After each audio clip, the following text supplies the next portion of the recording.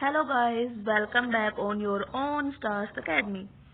And जैसा कि मैंने बोला था, 6th क्लास की एनसीईआरटी के चैप्टर 1 एंड 2 से मैं बच्चे कुछ जितने भी क्वेश्चंस बनते थे मैं आपके लिए बनाकर ले आई हूँ। एंड आज ये सेशन करने के बाद आपका 1st and 2nd chapter complete हो जाएगा बिल्कुल। उसके बाद आपको कुछ भी कहीं से भी पढ़ने की जरूरत नहीं पड़ेगी, ये प्रॉमिस है। और इसके बाद में कल मैं 3rd चैप्टर शुरू कर दूंगी। तो शुरू करती हूँ। निम्नलिखित में से कौन सा पूरा पाषाणिक पूरा स्थल है?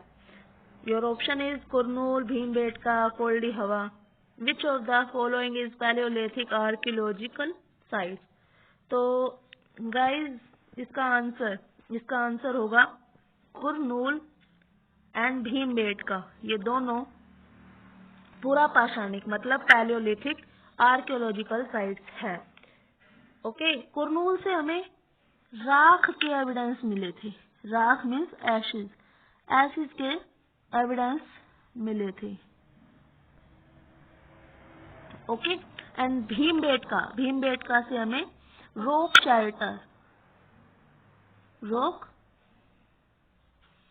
शेल्टर के एविडेंस मिले हैं। ओके गाइज, तो इसके आंसर होना चाहिए गाइज 1 एंड 2।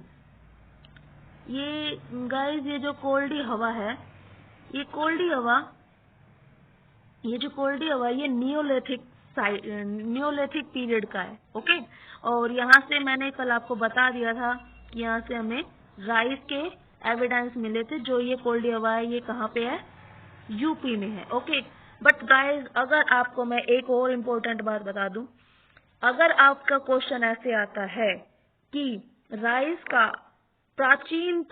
बिल्कुल प्राचीनतम एविडेंस कहाँ से मिला है, तो वो भी यूपी से ही मिला है, बट वो मिला है लहुरा देव।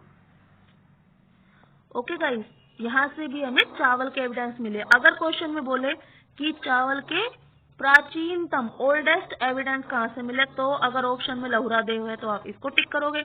अगर लहुरा देव नहीं है तो आप कोल्डी हवा को टिक करके आओगे। ओके गाइस, नेक्स्ट क्वेश्चन पर बढ़ते हैं।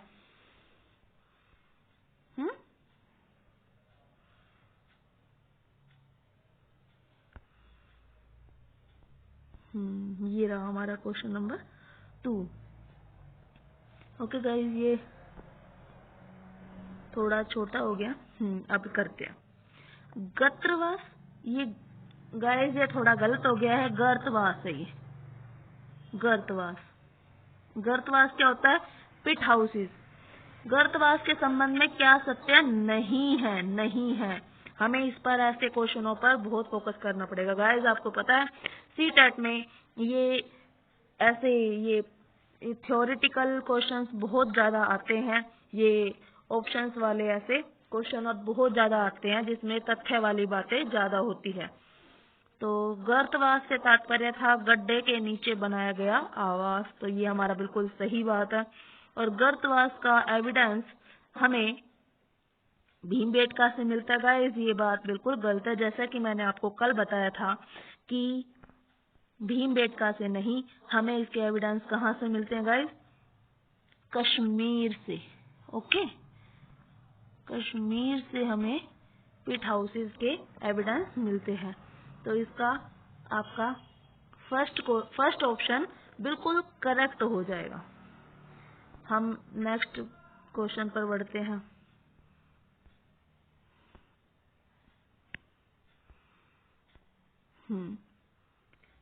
ये गाइस देखो, गंगा और इसकी सहायक नदियों के किनारे नगरों का विकास कब हुआ था?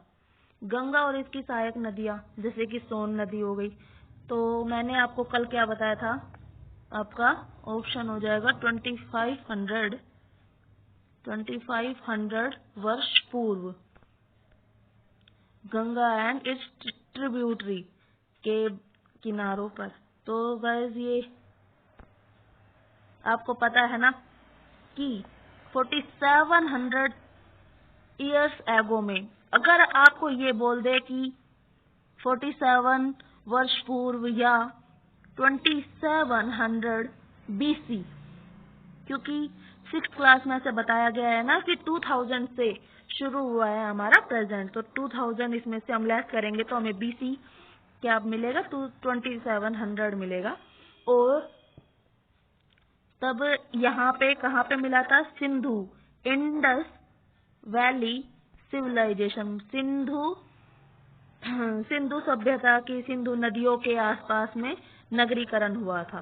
अगर क्वेश्चन ऐसे घुमा कर दे दे कि द्वितीय नगरीकरण कब हुआ था, तो द्वितीय नगरीकरण भी 2500 ईयर एगो हुआ था, और गंगा और उसकी सहायक नदियों के किनारे। तो गाइस क्वेश्चन घुमा देंगे तो भी आपको आना चाहिए, मैंने आपको हर तरीके से करवाया है।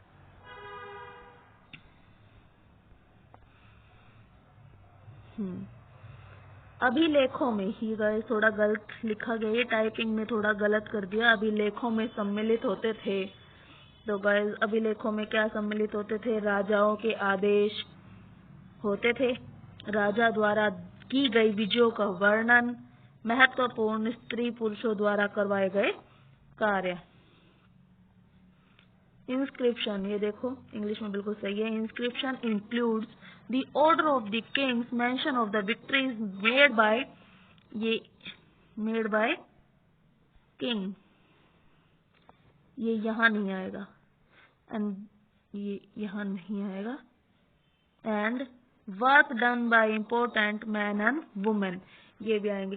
तो गाइस ये तो सही बात है कि राजाओं के आदेश पर ही अभिलेख लिखे जाते थे, इंस्क्रिप्शन लिखे जाते थे, उनकी विक्ट्री के बारे में भी लिखे जाते थे, और स्त्री पुरुष द्वारा करवाए गए, महत्वपूर्ण स्त्री पुरुष द्वारा करवाए गए काम भी होते थे। जैसे कि आपको पता है नासिक अभिलेख, नासिक अभिलेख किसने लिखवाया था, गौतमी पुत्र सातकर्णी, पर वो गौतमी पुत्र सातकर्णी के बारे में लिखवाया था, पर किसने लिखवाया था, उसकी माँ गौतमी बल्लश्री ने लिखवाया था। ओके, तो ये याद रखना। तो वो गौतमी बल्लश्री एक इम्पोर्टेंट स्त्री हो गई थी, राजा की माँ हो गई थी, इसलिए उसने लिखवाया था अपने बेटे सातकर्णी के लिए। तो इसके आंसर हो जाएंगे, your option will be 1, 2 and 3. D option is right. कहाँ है? ओके, तो गाइस निम्नलिखित कथनों पर विचार कीजिए। चलो भाई करो विचार। उत्तर पूर्वी भारत में आरंभिक कृषि के प्रमाण गारो की पहाड़ियों से मिले हैं, और स्थायी बस्ती के आरंभिक प्रमाण सुलेमान और किरथर की पहाड़ियों से मिले हैं। हाँ गाइस, ये बिल्कुल सही है। अब आप लोग बोलोगे कैसे सही है, उत्तर पूर्वी भारत में बोला है इन्होंने, ना कि ये बोला है कि भारत में। उत्तर पूर्वी में तो गारो की पहाड़ियों पे मिले हैं हमें। ओके, और ये स्थायी बस्तियों के सुलेमान और किरथर की पहाड़ियों पे, जैसे मेहरगढ़ से भी, मेहरगढ़ में, और ये मेहरगढ़ में सबसे पहले कृषि के प्रमाण मिले हैं। बट इधर भी हमें उत्तर पूर्वी, ये भारत के उत्तर पूर्व में बोल रहा है, तो इसी रेफरेंस में गारो की पहाड़ियों में हमें आरंभिक कृषि के प्रमाण मिलते हैं। ओके, तो ये बोथ स्टेटमेंट आर ट्रू।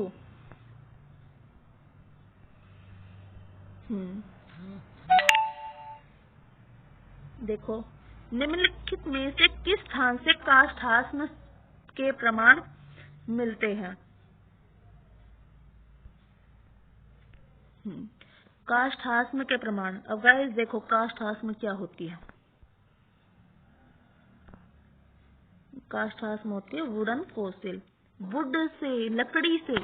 एक तो काष्ठ प्लस आस्म, और लकड़ी, और ये आस्म। आस्म होता है पत्थर, लकड़ी जो पत्थर बन गई हो, उसके एविडेंस हमें कहाँ से मिलते हैं? ये हमें मिलते हैं दाउजली हेडिंग से, जहां पर अभी जैसे ही हमने क्वेश्चन किया था, दाउजली हेडिंग से ही ये नॉर्दर्न ईस्टर्न इंडिया में हमें कृषि गारो हिल्स में से मिली है, तो ये दाउजली हेडिंग भी है यहाँ पर। ओके, तो यहाँ से हमें लकड़ी, ऐसी लकड़ी जो पत्थर बन गई है,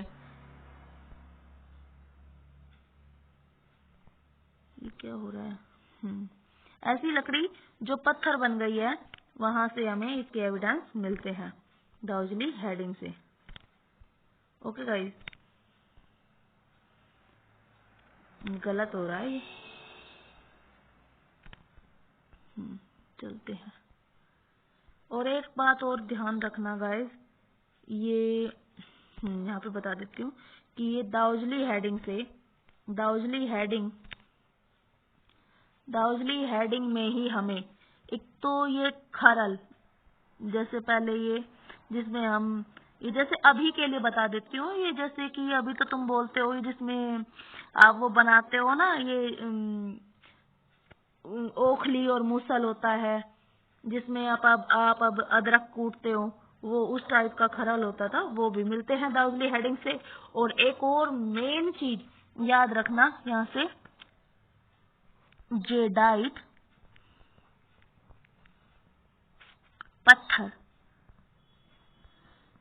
पत्थर भी मिलता है। ये तीन चीज याद रखना, काष्ठात्मक खरल और जेडाइट पत्थर हमें कहाँ से मिलता है, दाउजली हेडिंग से, जो जहां पर क्या है, और गारो हिल्स है वहां पर। ओके, नेक्स्ट बढ़ते हैं गाइस। 7th क्वेश्चन हमारा, मनुष्य द्वारा उगाई जाने वाली पहली फसल कौन सी थी। गाइस ये तो आपको अच्छे से पता है, अच्छे से। ये यहाँ पे थोड़ी सी मिस्टेक हो रखी है कि चना, कपास, गेहूं और जौ, बाजरा, ये बाजार नहीं है गाइस, आज तो कुछ ज्यादा ही गलतियां हो रखी है इसमें, ये बाजरा है। ओके, मतलब which was the first crop ground by humans. देखो, gram, cotton, wheat and barley, millet. तो आप सबको पता है कि व्हीट एंड बार्ले जो सबसे पहले क्रॉप उगाई गई थी। और गाइस ये भी याद रखना, अगर यूपी टेट वाला कोई बच्चा इसको देखे, तो अगर यही क्वेश्चन आता है सेम कि which was the first crop ground by humans, then उसका आंसर हो जाएगा बार्ले। ओके, बार्ले उसका आंसर हो जाएगा, ना कि व्हीट एंड बार्ले। हाँ, बट सी टेट वाले व्हीट एंड बार्ले ही करना, सी टेट में ये ऐसा नहीं आएगा ऑप्शन आपके सामने। अगर आएगा तो ऐसे आएगा, number 1 wheat, number 2 barley, number 3 both of them. Okay, आगे चलते हैं।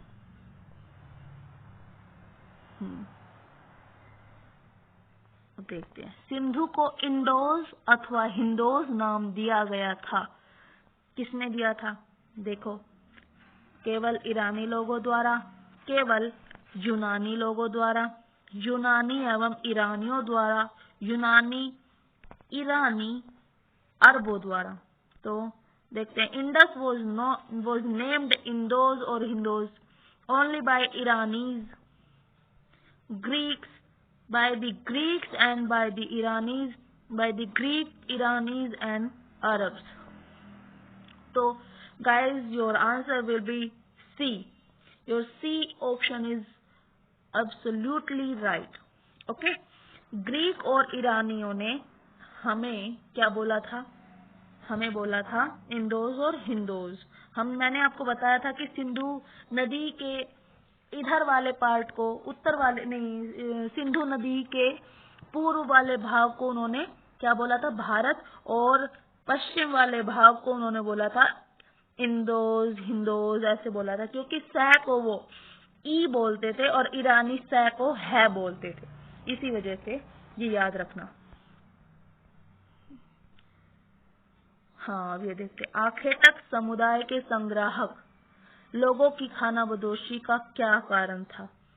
ये देखो, ये ऐसे बोल रहे हैं, what was the reason for the Indian hunter gatherers, मतलब वो एक जगह से दूसरी जगह पर क्यों जाते थे, इसका कारण पूछ रहे हैं। युद्ध, संसाधनों की समाप्ति,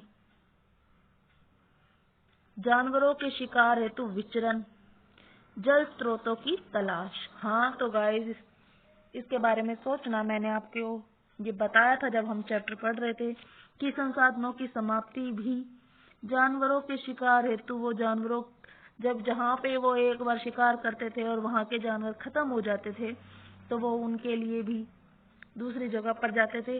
और जब जल स्रोतों की तलाश, मतलब जैसे एक जगह का जल समाप्त हो गया तो वो दूसरी जगह पर जाते थे, क्योंकि रहने के लिए जल की तो जरूरत होती है, इसलिए वो जल स्रोतों जलों के आसपास, जैसे कि ये देखो सिंधु नदियों के आसपास में रहते थे। फिर द्वितीय नगरीकरण में वो गंगा और सोन नदियों के आसपास में रहते थे। तो your answer will be 1, 2 and 3। Next आगे बढ़ते हैं हम।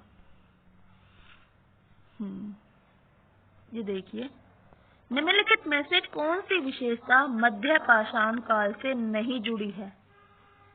मध्य पाषाण काल में मीसोलिथिक पीरियड से नहीं जुड़ी है।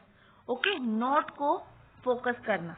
हम क्वेश्चंस है ना पेपर में भूल जाते हैं, एग्जाम में ये नोट हमें दिखाई नहीं देता है, इसीलिए ध्यान से क्वेश्चंस पढ़ना चाहिए हमें। देखो, द यूज ऑफ माइक्रोलिथ्स मतलब छोटे छोटे लघु पत्थर, the use of reverse, the growing of grasslands and the use of wheels. Hindi में पढ़ते हैं। लघु पाषाण है ये पाषाण उपकरणों का प्रयोग। हाँ, ये तो हमने पढ़ा था कि मीसोलिथिक में छोटे छोटे पत्थरों से औजार बनने लगे थे। और नदियों का इस्तेमाल, मैंने आपको बताया था कि सबसे ज्यादा एनवायरमेंट चेंजिंग हुए थे तो वो मीसोलिथिक पीरियड में हुए थे, तो वहां पर वो लोग नदियों के आसपास रहने लगेंगे, मछली उनका मुख्य स्रोत बन जाएंगी भोजन का, और घास के मैदान भी बढ़ेंगे क्योंकि क्लाइमेट चेंजिंग होगी, तो ऑब्वियसली घास के मैदान भी बढ़ेंगे और नदियां भी बढ़ेंगी, बारिश ज्यादा आएंगी। बट ये जो पहियों का इस्तेमाल है ये इसका आंसर होगा। पहियों का इस्तेमाल इसमें नहीं हुआ था गाइस, तो आंसर इज डी। आगे गाइस, हमारे क्वेश्चंस यहीं पर फिनिश होते हैं। मैंने आपको इन 2 चैप्टर से 2 दिन में 22 और 23 क्वेश्चंस करवा चुकी हूँ मैं, तो ये आई थिंक इट्स इनफ। और इसके बाद से आपको कुछ भी पढ़ने की कोई जरूरत नहीं है, कहीं से भी कोई भी पेपर्स उठाने की कोई जरूरत नहीं है। मैंने ना सारे क्वेश्चंस भी इसमें इंक्लूड कर दिए जो एग्जाम्स में आए हुए हैं। सो गाइज, अगर आपको मेरी ये कोशिश, मेरे एफर्ट्स अच्छे लगे हों तो please subscribe my channel and share my channel, like my channel. Thank you. कल मिलते हैं 3rd चैप्टर के साथ। Bye bye.